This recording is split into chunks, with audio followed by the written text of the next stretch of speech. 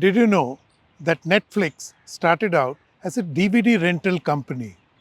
Thereafter, it morphed into a creator of original content and now a streaming firm, showing the power of radical disruption. Similarly, Steve Jobs, when he returned to Apple in 1997, initiated similar restructuring, including firing a third of the workforce. And did you know that Bayer, the German pharmaceutical major, has just announced that it is purging its middle management?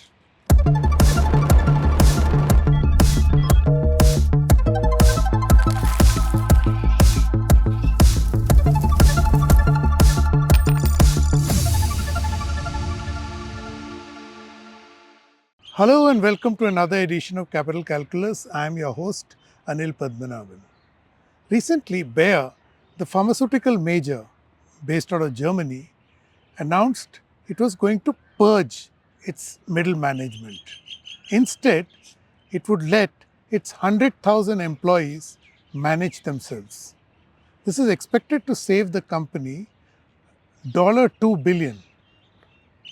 This radical plan, initiated by Bill Anderson, the CEO who took over 9 months ago, is being held up as a new corporate playbook. Indeed, is this the case? To answer this and more, I spoke to Debu Mishra.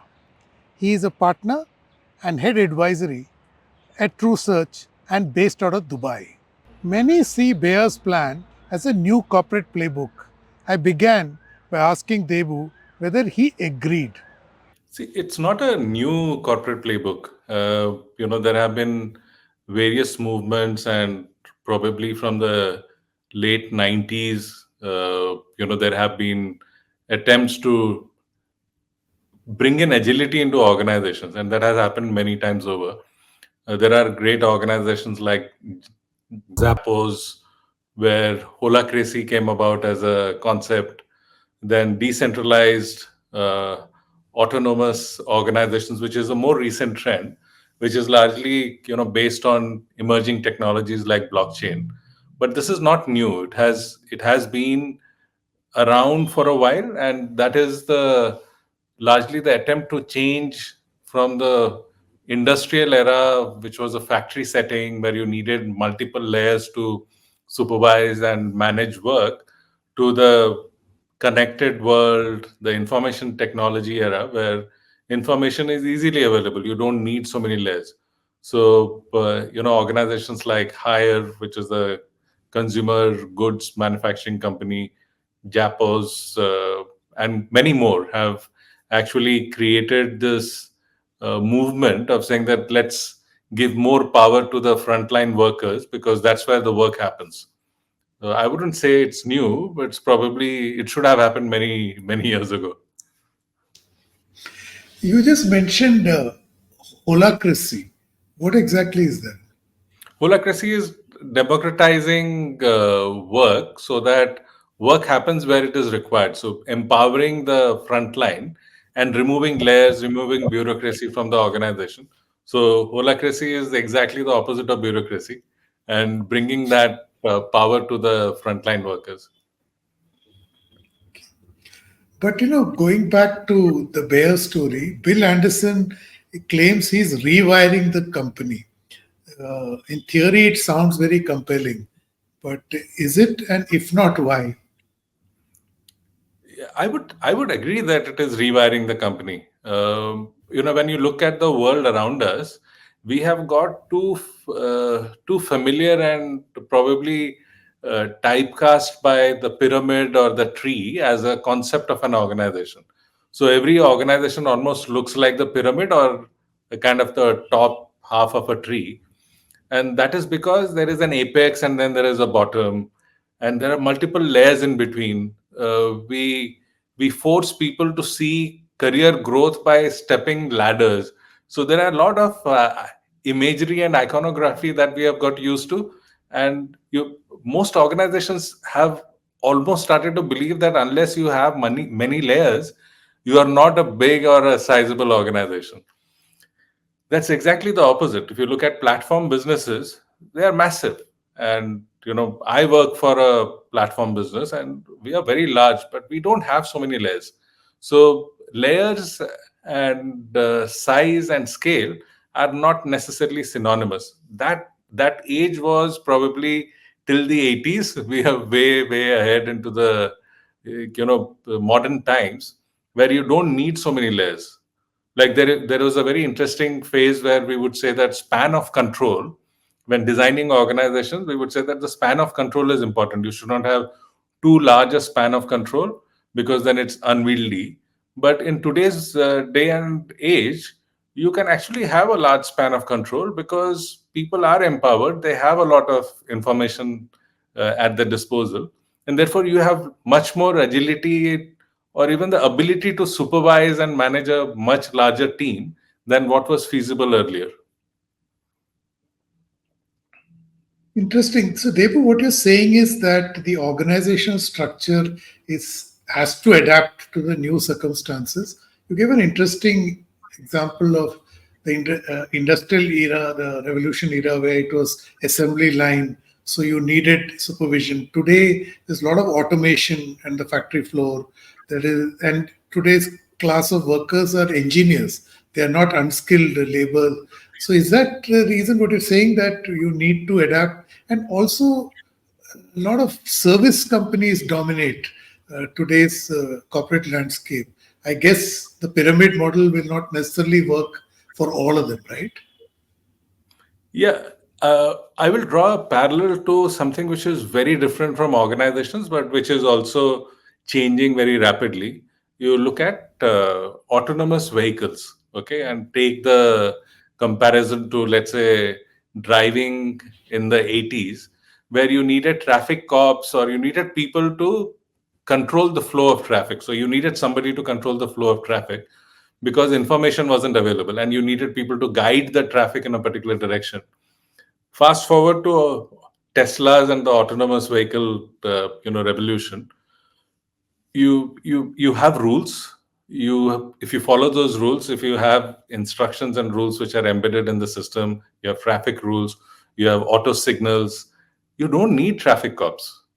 And if you see, that has allowed us to achieve speeds which were not possible earlier, because now they're self-regulated, but within certain discipline, allows us to move at speed. And I was in a very interesting conversation about exponential technologies. We are headed towards a future where self-driving vehicles will be able to move at a far faster uh, rate on highways, because they will be coordinated and they don't need to keep checking for stuff. And that coordination is enabled by information technology, the high speed flow of information. Now, if vehicles can become autonomous, why can't organizations? Fair enough.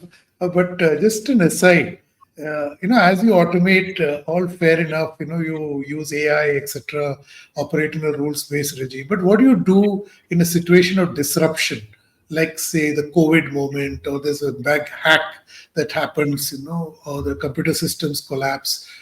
Earlier, you had a safety net where there was a manual mode you could go to.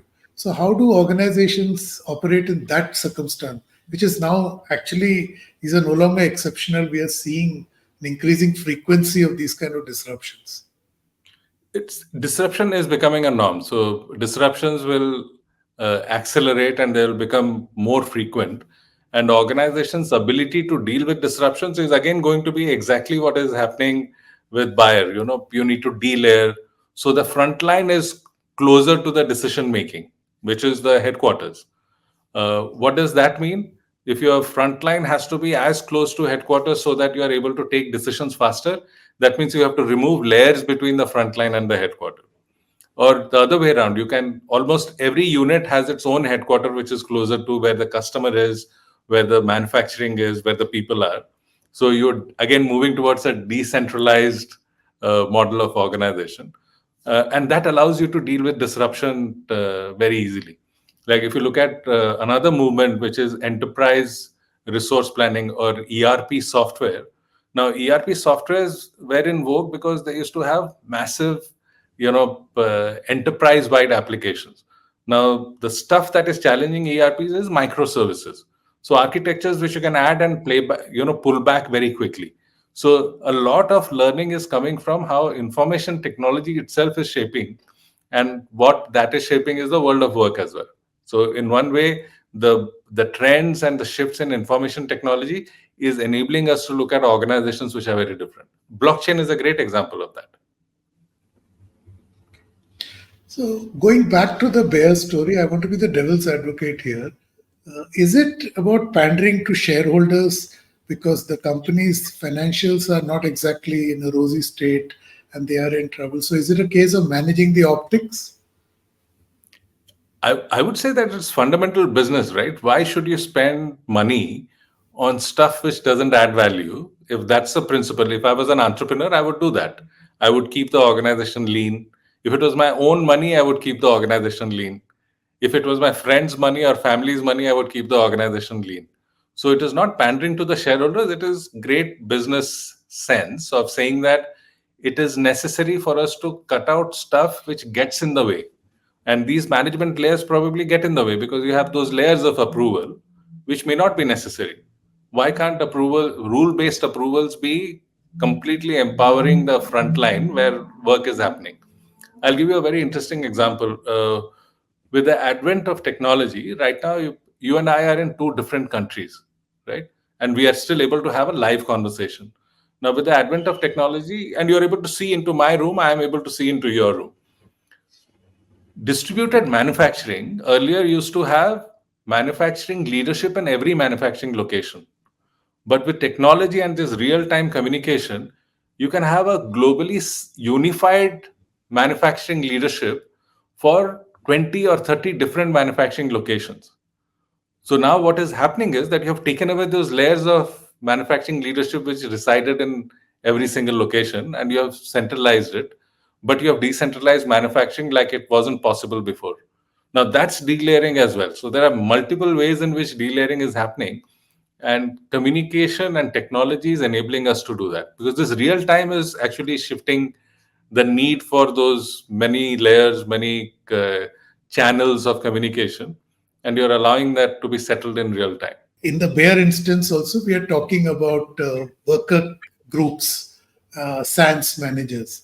Now, how does one define their success? Because it will be collective. So, how do you distribute the rewards? Uh, Wearing your HR hat, as it were, how will this work in reality? People are smart, so they understand incentives far more than managers believe that they understand.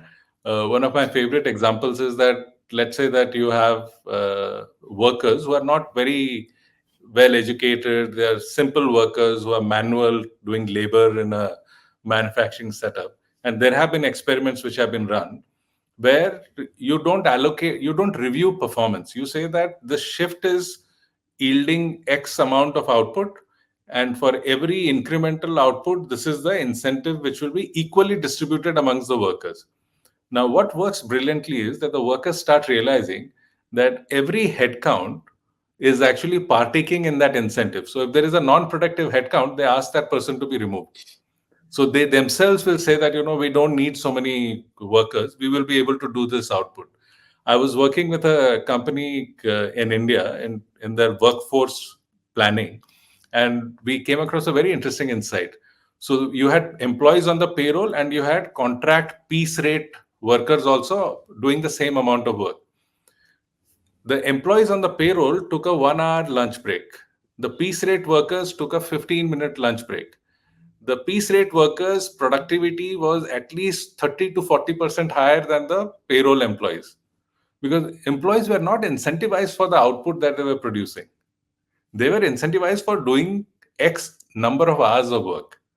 So when you incentivize people, even the most uneducated people understand incentives pretty clearly. So the piece rate worker knew that the amount of time saved in the lunch break was their ability to earn more because they could produce more pieces. But the payroll employee was not incentivized for that. So you can actually design incentives which promotes work, better quality of work, and better productivity, which is beneficial for the organization and the worker. And people understand that. We have created management layers. We will set review systems. So HR creates more complexity than simplifies it. But left to principals, an entrepreneur knows how to incentivize people to do work. The entire idea of risk rewards in a corporate setup is going to be reset if we go down this path, right? Risk reward is, as you know, the famous strategy professor Michael Porter says that economic performance is the only measure which really matters. So, how much does it cost for you to produce a product or a service, and how much is the willingness to pay by the consumer or customer who's buying that product or service? And everything in between is the margin that you make. Now, your ability to reduce the cost to produce and increase the willingness to pay by the customer is the only thing that the management should be focused on. And when people understand this, organizations will always have the reward which is just and due to them. We need not necessarily take very risky bets to only get rewards. We can actually take very measured and stable bets where every economic unit is yielding the kind of rewards that we want, which is for the long term. Because in the short term, you can take big risks and get heavy rewards, but it is the sustainable long term performance which is the only thing that matters. And people are attracted to organizations which are thinking about the long term, not necessarily those which are focused on the short term. So, what you're saying is this is an idea whose time has come. Absolutely. And you will see that more and more organizations will start asking people where they can delayer, and probably give them the plow back the benefits of that to the people who continue in the organization. Now, if you ever asked anybody in an organization saying that what is the waste that we can take out, which is getting in the way or slowing us down or costing us money, which is of no use, you will get lots of ideas and inputs, which is very, very factual. It's just that nobody asks them and nobody incentivizes them for giving the right answers. You heard Debu. According to him, what Bayer is attempting is something that is long overdue, especially in an era marked by disruption. Just look around us, whether it is e commerce, hail cabs, or food delivery, every sector is being hit by waves of disruption. In such a circumstance, organizations with entrenched hierarchies will find it very difficult to traverse the terrain. Instead, they will have to be nimble and think out of the box. So, as Debu is suggesting, this may be the beginning of a new trend. Most interesting is that Bayer is not the first company to attempt this. The best part is it won't be the last. Thank you for watching. Don't forget to subscribe to StratNews Global on YouTube. Hit the bell icon so that you don't miss any updates. And please do share your thoughts, ideas, and suggestions with us. I'm available on Twitter at Capital Calculus. I'll be back next week with another episode. Till then, stay safe.